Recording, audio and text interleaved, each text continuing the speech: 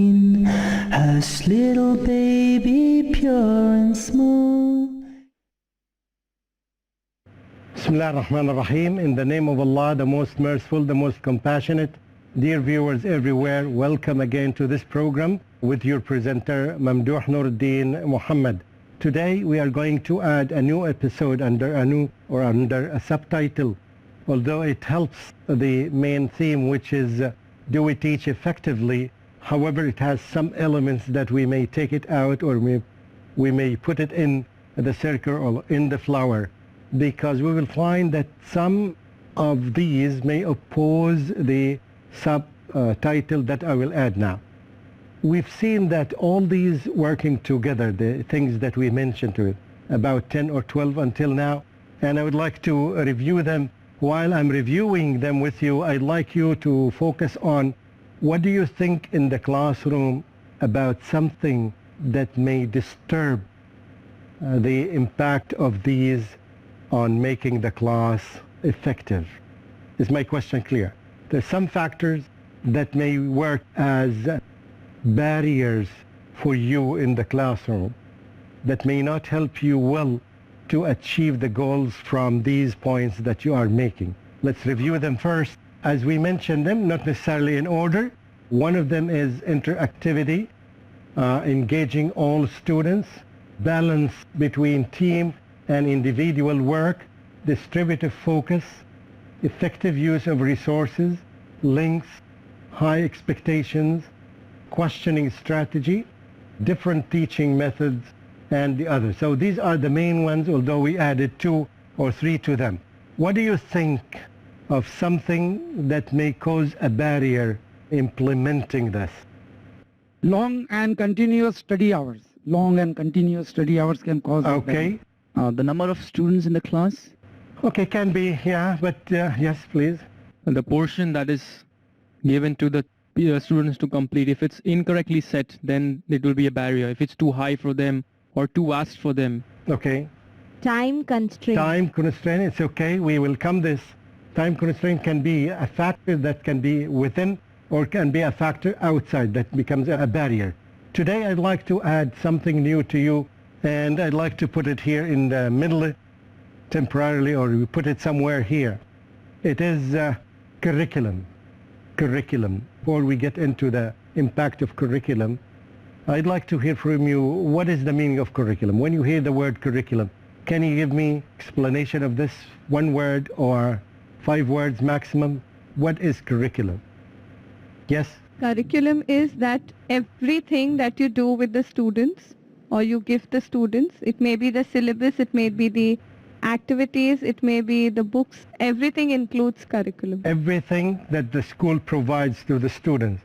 Everything the school provides to students. 6 words, good. Another thing? the portion for the entire year. That's Portion of? for the entire year. For the entire year. Okay, so whatever is provided to the students in the entire year. The learning objective and learning outcome catering to overall development. Okay, the learning objectives themselves and the outcomes. Okay, I would, as you know, that the old concept of curriculum, it was equivalent to textbooks. And still in the mind of many teachers, they don't want to move from this point to another point. It's not textbooks. It's textbook plus the activities, the tasks, the objectives, the outcomes, right? All this is considered curriculum. You can add to it also the field trips, the speakers who come you invite, the parents who would do something to your class. All these together form the curriculum. Now we need to broaden our brains. It's no longer the textbook. The textbook is the basis that we build on, because we have to start from somewhere, right? And it's not easy to start from field trips. It's not easy to start from activities. You'd better start from a textbook, but this textbook should not represent 80% of the curriculum. Should not even reach 40% or something. Another thing in the curriculum is, which is very important, we mentioned it in the previous time, it is the outcome of the assessment. Remember we talked about summative and formative assessment. Summative assessment is the exam results that you have, right? Formative is when you analyze these results and you come up with conclusions that students have some weaknesses in this area or in that area. When you take these areas to the classroom and you start handling them, they become part of the curriculum. Is this clear? So this is the curriculum. In the beginning I said that this curriculum can be a barrier for those. Now you understand something about how can curriculum be a barrier for those, particularly if we talk about the curriculum as a textbook.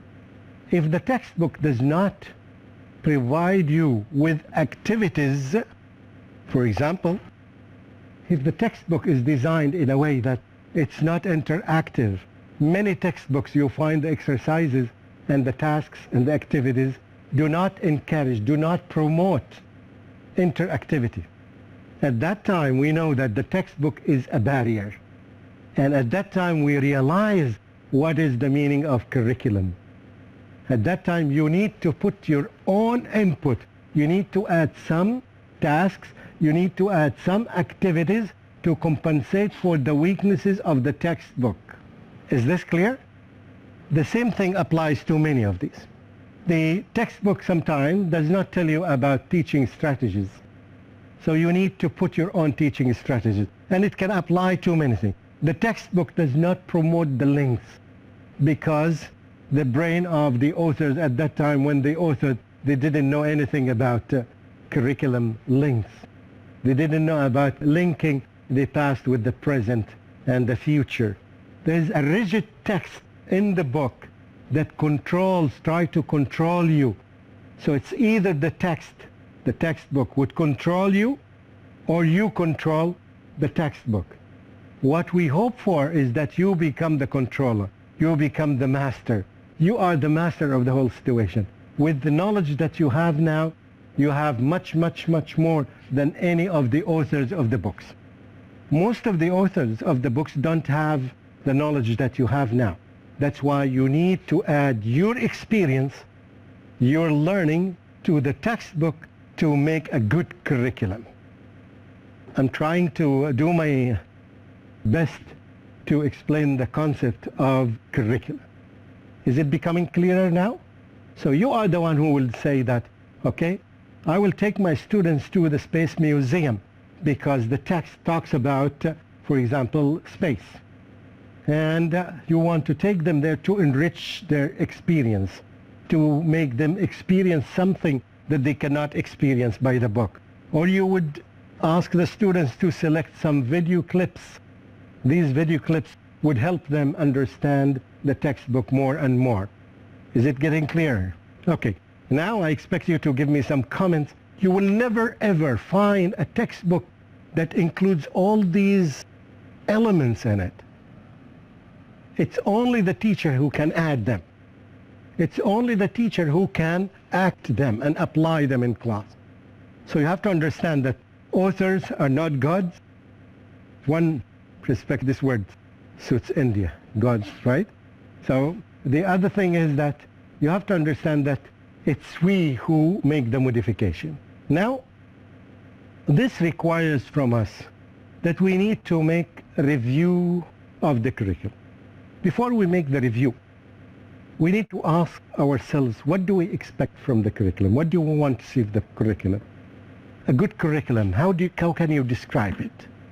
Can you put 3, 4, 5, 6 qualities of a good curriculum or outstanding curriculum? What do you expect? Words. Use words. That which includes the distributive focus, that is knowledge, concept and skills. Are you talking about coverage? Yes, it should cover all the three aspects. The knowledge aspect, the concept. The coverage of the curriculum. What does it cover? Does it cover enough? Or it's limited to some themes and some topics? Wide coverage, breadth, we call it sometimes, the breadth of the curriculum. So the breadth is one element. What are other elements? It should be updated one. We will come to this. It's our role to update. I will talk about this when we talk about evaluating it. So now I think we got a clear idea about the difference between textbooks and about curriculum. This is one thing. And also we got an idea that curriculum or textbooks may work as a barrier, and sometimes they work as a supporter. When we come back, inshallah, we will talk about the qualities of good curriculum. We mentioned one of them, which is the breadth or the coverage, how many things it covers. Okay, I will take a break and we'll come back. Assalamu alaikum wa rahmatullahi wa barakatuhu. Hush, little baby, breathing so calm. Bismillah ar-Rahman ar-Rahim. Welcome back after the break. We are continuing our discussion about curriculum. We mentioned one quality of the curriculum, which is the width, how broad it is, how much it covers, how comprehensive it is, right? Okay, what else do you expect to see in the curriculum? Relevancy, which is relevant to the class being taught, should not be too high for the students to grasp. Also relevant to the level? Yes. Again, okay, we're not talking about, I will keep it now until, what other quality you think of? If we talk about breadth, right, we talk about depth, how deep the curriculum is. Does it cover topics superficially, or does it go one level or two levels? How deep the curriculum is. So coverage and depth. For example, the curriculum talks about Salah, Hajj, Zakat, and the pillars of Islam. Shahadatain, right? La ilaha illallah. But how deep it goes, for example, in grade 1 or grade 2 or grade 3 to cover Salah. What other things? Does it cover only the obligatory Salah? Does it cover the Sunan? Does it cover the Nawafil? Right? So this is the breadth of it. But how deep it goes down in each one of them. Is this clear now? Okay, so two elements now. What else do you expect to see in the curriculum? Yes? The curriculum should go along with the ethos of the school or the vision of the school. Yes, it should, of course, it should echo the ethos or the vision of the school. It should match it. The school sometimes has a vision, right? Has a very good vision, but they go and bring the textbooks or the curriculum from a country, right? Let's say that they take it from UK, right? Or IB curriculum or American curriculum or Japanese curriculum. And when you try to match it with the vision, you see how do you call it? Misfitting, right? It does not fit. So it has to go with the vision. Either you select another curriculum, right? Or you change your vision. Of course, a lot of people, in fact, they go back and change their vision because they don't have the good. What else do you see? I hope you're writing, you're documenting this. What else do you expect to see in a good curriculum? Okay, I will tell you something and you will think of another, right? The progression, it progresses, it moves from here to here, right? So it progresses from one level into another. So when you, for example, you know the spiral curricula, spiral? So you take a theme, right? And then you cover it in first grade on this level, and then you take the same theme to another level and you widen it, right? It's the same theme, but you, right, widen it. So it progresses. It's the same thing, but it progresses. Sometimes when you evaluate the curriculum, you will find gaps. You will find that this lesson, and I gave an example in one of the sessions, I said that if you teach Arabic, you will find that Arabic is taught in grade 2. They teach Al-Shamsiyya and Al-Qamariyya, if you know Al-Shamsiyya and Al-Qamariyya. Okay, it's when you pronounce it, it becomes Qamariyya, and when you don't pronounce it, it becomes Shamsiyya.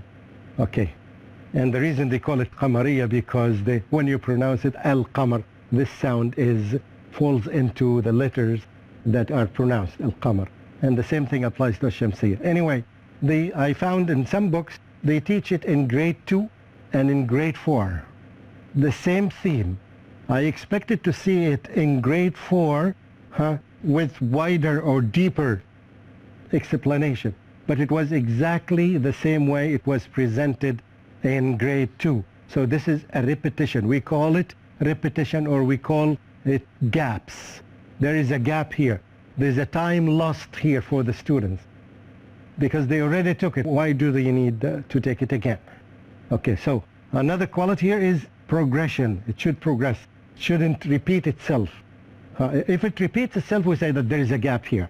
And we cannot discover unless we do a wonderful review. When you do a review in a way that, let's say that we sit together, 5 or 6 teachers, and we see a theme, say that, okay, Alif Shamsiyya is repeated in book number, is there in book 1 or book 2. Is it repeated in book 1 or 2? You say no. Is it repeated in book 3? You say no. Is it repeated in book 4? You say no. Now it is not repeating, right? So this is one way of doing it. So we have to work in a team in evaluation. I'll come back to this. Any other thing that you notice? What is good in the curriculum? Should be like flexible. The Yes. curriculum. What do you mean by flexible? Like when we do a review of the class, Yeah. when you It- differentiate, it should be able Yeah. to, we can adjust it. Yeah. So you see that at least in the introduction or at the end of every lesson, it should encourage the teacher, it's time now for you to make your own input. Right? It encouraged that at least by one statement or something like this. So this is wonderful. Yeah. Good. Any other thing? Yes. The curriculum should be dynamic. What do you mean by dynamic? Should it run in the classroom? No, as in lots of new ideas should be incorporated as Yeah. far as the topics are concerned, as opposed to the traditional ones. How do you see this in the curriculum? What is your expectation to see a curriculum that will tell you it's dynamic? Whatever the latest developments have taken place in a particular topic, the current developments, Yeah. ideas related to that should be included in the curriculum. Okay. Can you link what you're studying now to any current affair? The current affair will not be there, but it's left open for the students. Whatever current affair, they want to link it. You see what I'm saying? So you expected it to be in somewhere in the questions or at the end of texts, something like this. You wanted to say something? Yeah. The curriculum for a particular grade in a particular chapter, for example, science, suppose we teach electricity at grade 3, it should stop at the point, just at that point from where they need to build on at grade 4. For example, the idea of series and parallel circuit is only introduced at grade 3, Okay. while where they reach at grade 4, they come to the entire explanation and working of it. Yes. So they know what is series and parallel. By the time they've reached 4, so they don't waste time there, they directly start on the understanding the working of the circuit. This is exactly what I meant by progression or by the spiral curriculum. Spiral curriculum, it develops, right? It progresses. So this is the best representation. I hope you understand spiral curriculum now. Starts with something and develops. In grade 6 it's here, and in grade 4 it's full explanation. Okay. So I just have a comment. Here I feel it's very important for the teacher to know the upper limit where to stop. Because for a language, when it comes to English, suppose if there is letter writing, and if it's letter to the editor, for example, so she should know what level that has to be expected, because this will go right up till grade 10. Everyone's writing a letter to the editor, so what are the basic that should be taught at a particular grade? You shouldn't tax the children, because Yeah. that's not what they are receptive to at that age. So Yeah. it's very important for the teacher to know where to stop. A question that really leads to a lot of argument and debate. Should we begin with the curriculum by the last grade or by the first grade? Okay, if I can say something, yes, you begin with the last grade because this is where your standards are. And then you go, right? When you go from the first, you don't know where it ends. So you go from the top. The difficulty of the curriculum is that the world develops so quickly. Once your book comes from the printing shop, you will find that the world has changed. You find many issues had been introduced in the world, and your textbook has stopped here. So this is very difficult. It's very costly to change the textbook.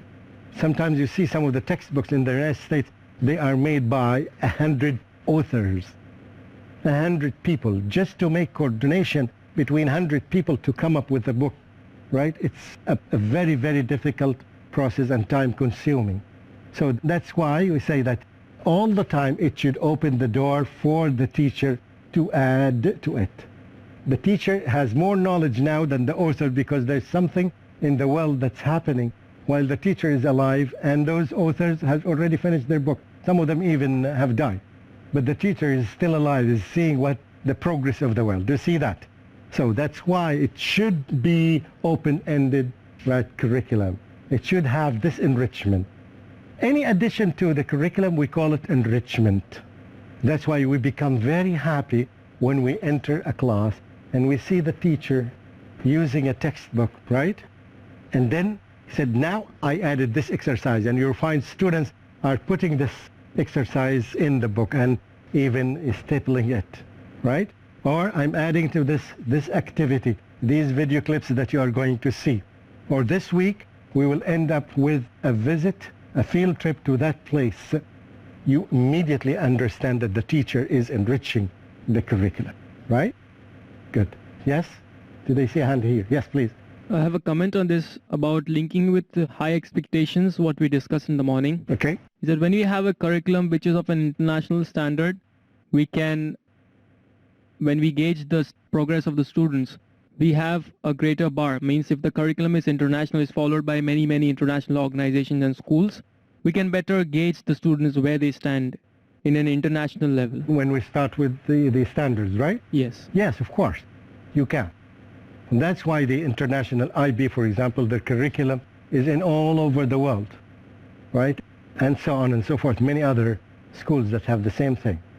Okay. However, the problem of these, they don't link well with each individual community. And this would be the gap where the teacher needs to fill. Okay. It lacks examples from the community. You will find that you are in India, and all the examples that are given in the textbook represent Russia or represent UK or represent another country. And here the teacher needs to modify this. In mathematics even, when he talks about airplane going from this place to that place, instead of Russia and France, you can move it to, for example, from Mumbai to Hyderabad or something like this, to link the students, yeah, because it relates well to them. Yes, any other comment here? So, reviewing the curriculum, yeah, it is a quality, we can write it here now, a quality of a good school or a good teacher. I don't want to say that a good teacher because it is very tough to be done by an individual teacher. It's a teamwork, it's a schoolwork rather than an individual. Of course, if a teacher does it by himself, that's amazing, but it requires a lot of effort and a lot of standards. I hope we got an idea about the curriculum, and you can ignore my comment that sometimes it works as a barrier and sometimes it works as a factor that supports. It's my own opinion, but I made it clear when it is restricted to the concept of textbook, it becomes a barrier. When it is open to the concept of curriculum, with comprehensive meaning of the word textbook, that would be a good factor. We'll stop here. I hope we can continue in another episode about that. Wassalamu alaikum wa rahmatullahi wa barakatuh.